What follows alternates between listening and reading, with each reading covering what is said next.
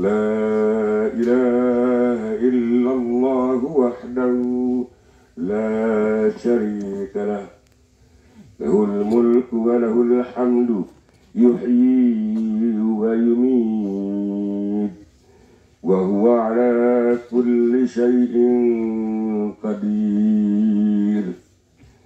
لا إله إلا الله محمد رسول الله.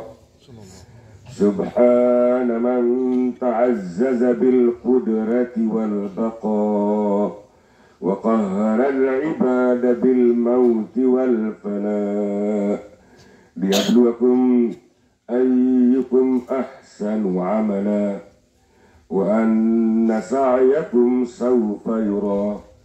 كل شيء هالك إلا وجهه له الحكم وإليه ترجعون. كل نفس ذائقة الموت وإنما توفون أجوركم يوم القيامة فمن زحزح عن النار وأدخل الجنة فقد فاز وما الحياة الدنيا إلا متاع الغرور. منها خلقناكم وفيها نعيدكم ومنها نخرجكم تارة أخرى. منها خلقناكم للأجر والثواب وفيها نعيدكم للدود والتراب ومنها نخرجكم للعرض والحساب. بسم الله وبالله ومن الله وعلى ملة رسول الله صلى الله عليه وسلم. هذا ما وعد الرحمن وصدق المرسلون. إن كانت إلا صيحة واحدة فإذا هم جميع لدينا محضرون. يا عبد الله بنعمة الله. أخي العزيز أستاذي Tuan Guru Haji Marzuki Ali يرحمك الله.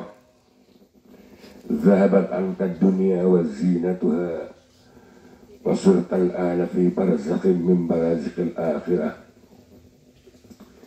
فلا تنسى العهد الذي فارقتنا عليه في دار الدنيا وقدمت به إلى دار الآخرة وهي شهادة أن لا إله إلا الله وأن محمدا رسول الله.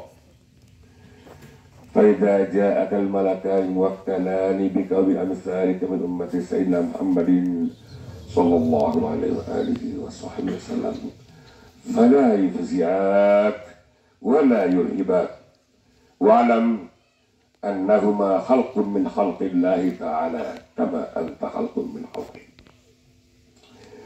فإذا أتياك وسألاك وقالا لك من ربك ومن نبيك وما دينك وما إمامك وما قبلتك ومن إخوانك وما اعتقادك وما الذي مت عليه فقل لهما الله ربي حقا. فإذا سألك الثانية فقل لهما الله ربي حقا.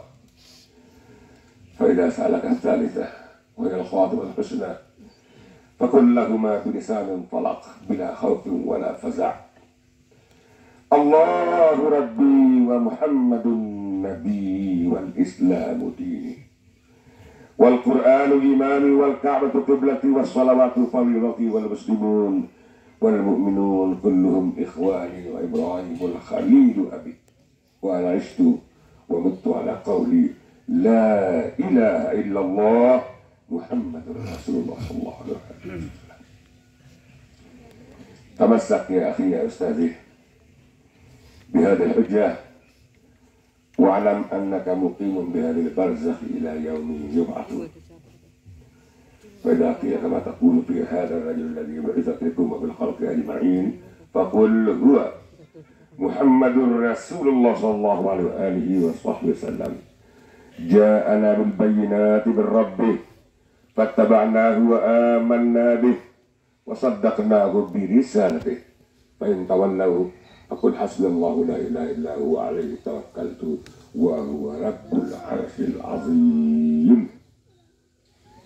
واعلم يا عبد الله أن الموت حق، وأن نزول القبر حق، وأن سؤال منكر ونكير فيه حق، وأن البعث حق، وأن الحساب حق، وأن الميزان حق، وأن الصراط حق، وأن الجنة حق، وأن النار حق، وأن الساعة آتية لا ريب فيها، وأن الله يبعث من في القبور.